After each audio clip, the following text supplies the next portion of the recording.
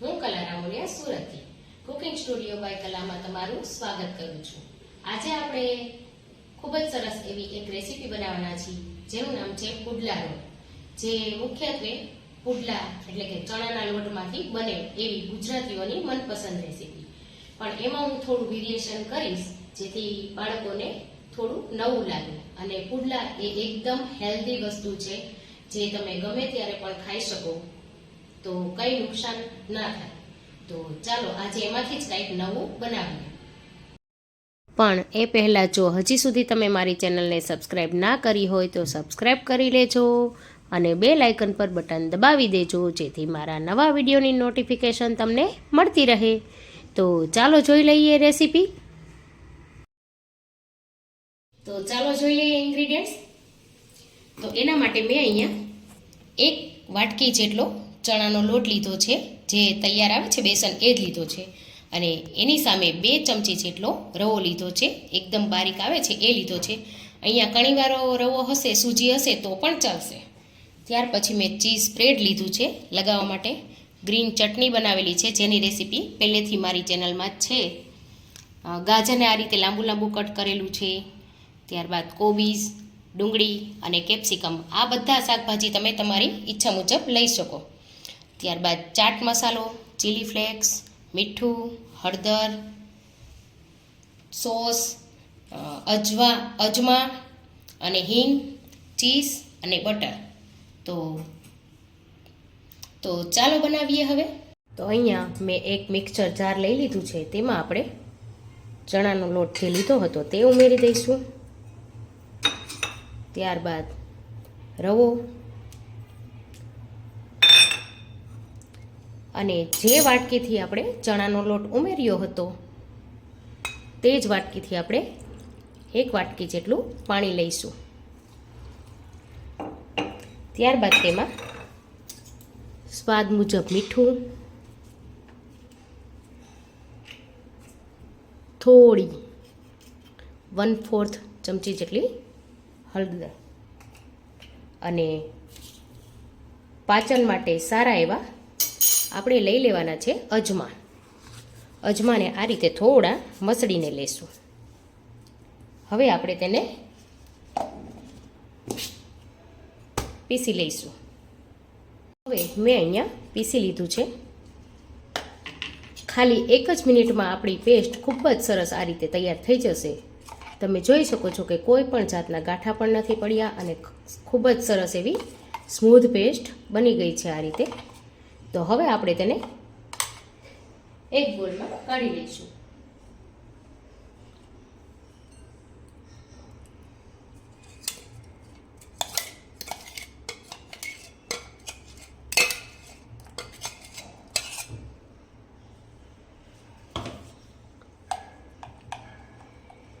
આપણું સરસ મજાનું આ રીતનું બેટર બની ગયું છે। ના વધારે પતલું છે કે ના વધારે જાડું છે, ને આ રીતે એક લેયરની કોટિંગ થાય છે। આવું જ બેટર રાખવાનું છે આપણે। જો રવો વધારે પાણી ચૂસી લેતો હોય તો થોડું પાણી તમારે એડ કરવું હોય તો કરી શકો, બાકી અત્યારે આ રીતનું પરફેક્ટ બેટર બન્યું છે। અહીંયા મેં એક પેનને ગરમ કરવા, આ રીતે ઢોસાની પેન છે તેને ગરમ કરવા મૂકી દીધી છે।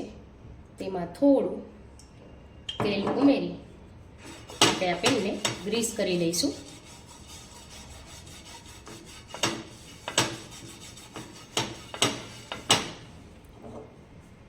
પેન સરસ ગ્રીસ થઈ જાય અને થોડી ગરમ થઈ જાય એટલે આપણે તેમાં આ બેટર ઉમેરીશું।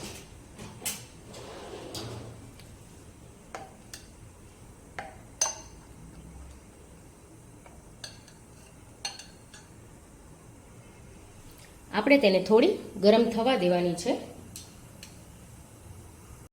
હવે અહીંયા અમારી પેન સરસ ગરમ થઈ ગઈ છે, તો ગેસની ફ્લેમ હવે આપણે ધીમી કરી દેવાની છે।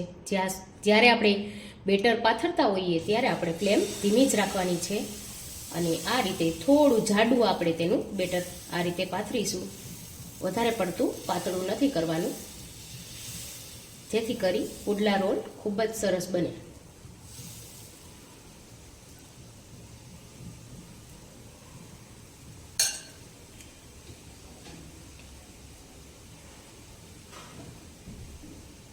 આ રીતે ઉપરથી થોડું ડ્રાય થઈ જાય ત્યાર પછી આપણે તેમાં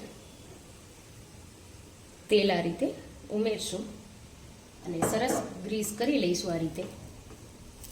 અને હવે આપણે તેને થોડી થોડી કિનારી આ રીતે ખોલશું તો ખૂબ જ સરસથી નીકળી જાય છે. આ રીતે તમે કોઈ ગેસ્ટ આવવાના હોય તો પહેલેથી આ રીતે પૂડા બનાવીને તૈયાર રાખી શકો છો, જેથી કરી છેલ્લે રોલ ફટાફટ બનાવવામાં ઇઝી રહે. હવે થોડી ગેસની ફ્લેમ અહીંયા હું વધારી દઉં છું. આ રીતે સરસ આપણે આગળથી પુડલા બનાવીને રાખી શકીએ છીએ. ત્યારબાદ જ્યારે આપણે રોલ બનાવવા હોય ત્યારે તેના પર બધા મસાલાઓ વેજીટેબલ્સ ઉમેરી અને આપણે બનાવી શકીએ. હવે આપણે બધા જ વેજીટેબલનું સ્ટફિંગ મિક્સ કરી દઈએ. તો તમને જે પસંદ હોય તે વેજીટેબલ અહીંયા વધારે લઈ શકો ઓછા. અહીંયા મેં ગાજર, કોબીઝ, કેપ્સિકમ અને ડુંગળી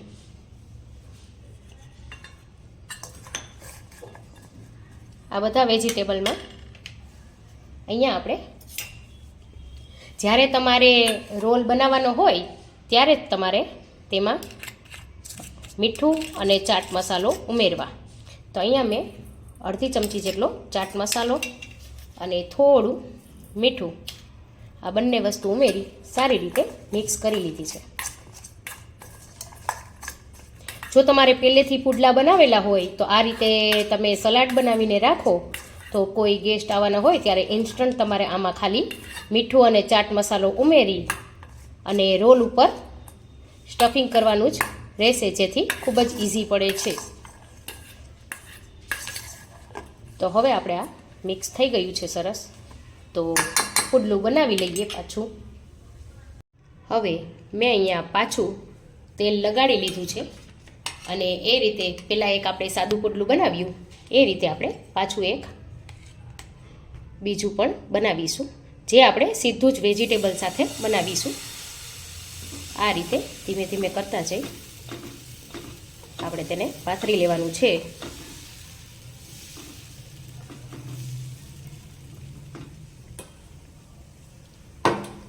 અને હવે ગેસની ફ્લેમ થોડી વધારી દેવાની છે આપણે.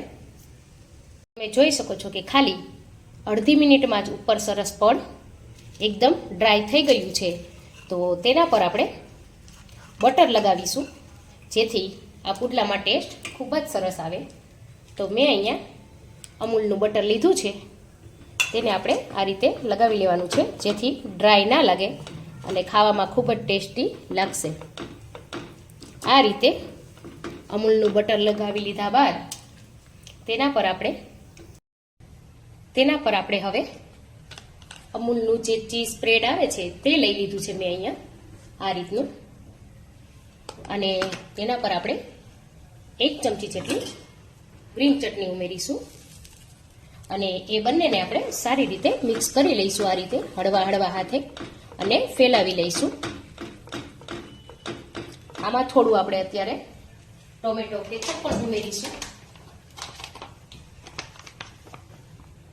1 ચમચી જેટલો, અને બધું જ સારી રીતે મિક્સ કરીશું, જેથી તેનો ટેસ્ટ ખૂબ જ સરસ આવશે. આ રીતે બધું સરસ સ્પ્રેડ થઈ જાય એટલે આપણે તેમાં બનાવેલા વેજીટેબલનું સ્ટફિંગ ઉમેરીશું. આ રીતે થોડું છૂટું છૂટું, જો તમને વધારે પસંદ હોય તો તમારે વધારે ઉમેરવું.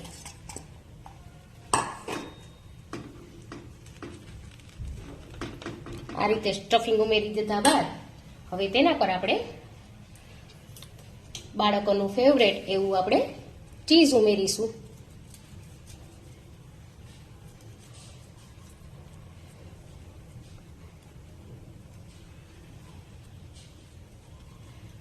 ચીઝ તમે તમારી ઈચ્છા મુજબ ઓછું વધારે ઉમેરી શકો.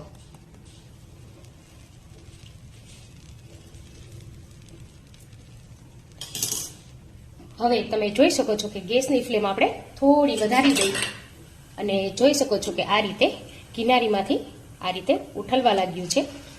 તરત જ આ રીતે બની જશે એકદમ.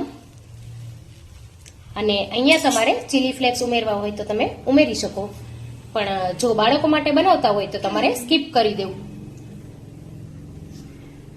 તો આ રીતે થોડું ચીઝ તમને દેખાય છે કે મેલ્ટ થઈ ગયું છે ને આ રીતે નીચે બ્રાઉન પણ સરસ દેખાઈ રહ્યું છે.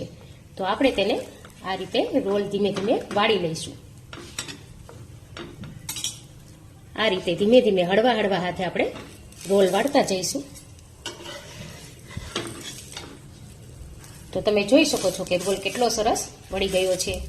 તો હવે આ ઉપરનું પડ આપણને સૂકું ના લાગે એ માટે ત્યાં પણ આપણે આ રીતે બટર લગાવી અને પલટાવી લઈશું. અને આ સાઈડ પણ આપણે બટર લગાવી લઈશું. તો આ રીતે બંને સાઈડ બટર તમારે લગાવી લેવું, જેથી કરી ડ્રાય ના લાગે અને રોલ ખૂબ જ સરસ બને. આ રીતે થોડું પ્રેસ કરતા જઈ અને બનાવી લેવું. તમે જોઈ શકો છો કે ડિઝાઇન કેટલી સરસ પડી ગઈ છે. તો હવે આપણો આ રોલ તૈયાર છે. તો હવે અહીંયા આપણો આ પુડલાનો રોલ બનીને તૈયાર થઈ ગયો છે. તમે જોઈ શકો છો કે સરસ બ્રાઉન થઈ ગયો છે. તો આપણે તેને લઈ લઈશું સાઈડમાં. આપણે પાછું એક પુડલાનું બેટર પાથરી દઈશું.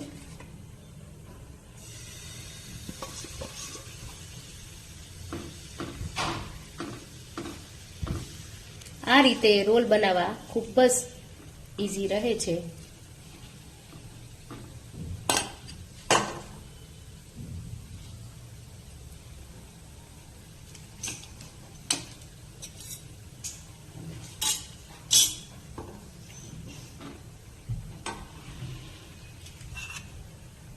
હવે ઉપરનું લેયર સુકાઈ જાય એટલે પાછું આપણે સેમ પ્રોસેસ કરી લેવી.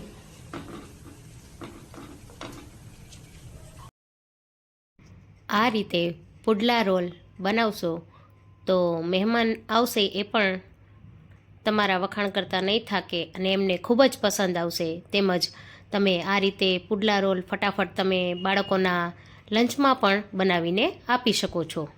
ખૂબ જ ઇઝી અને ફટાફટથી બની જાય છે. તમે જોયું કે કેટલી વારમાં આપણું પુડલા રોલ બનીને તૈયાર થઈ જાય છે. તો હવે 2 મિનિટ પછી તમે જોઈ શકો છો કે સરસ પાછું આનું પણ ક્રિસ્પી પણ થઈ ગયું છે. તો આપણે તેને આ રીતે ધીમે ધીમે કરીને રોલ વાળી લઈશું.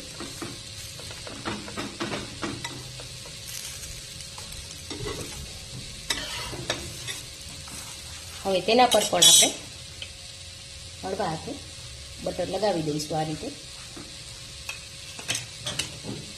અને ત્યારબાદ બીજી સાઈડ પણ આપણે બટર લગાવી લઈશું.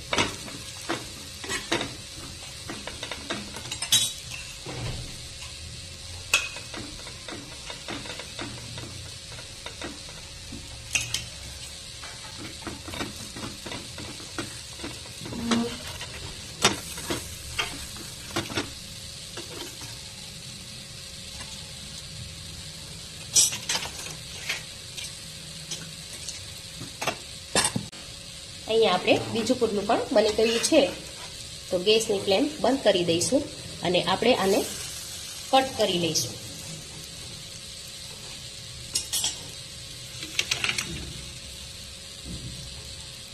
હવે આપણે આને વચ્ચેથી કટ કરી લઈએ આ રીતે.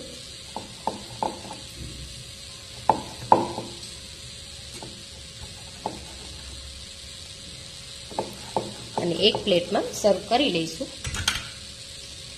તમે જોઈ શકો છો કે અંદર કેટલું સરસ વેજીટેબલનું સ્ટફિંગ દેખાઈ રહ્યું છે.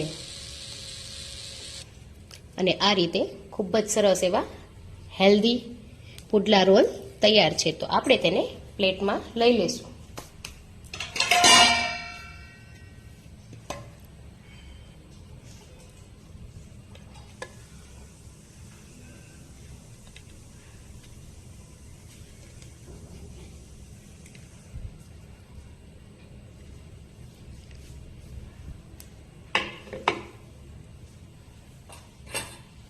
અને તેની પર પાછું આપણે થોડું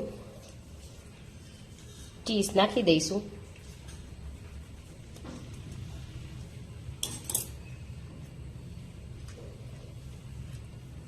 અહીંયા થોડો કેચઅપ ઉમેરી દઈશું અને ગ્રીન ચટણી.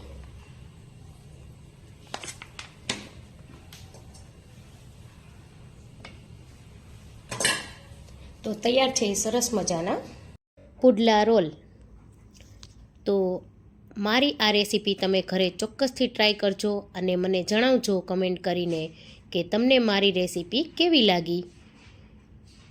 જો તમને મારી રેસીપીઓ પસંદ આવતી હોય તો મારી ચેનલને લાઇક, શેર, સબસ્ક્રાઈબ અને કમેન્ટ કરવાનું ના ભૂલતા. તો મળીએ નવી રેસીપી સાથે.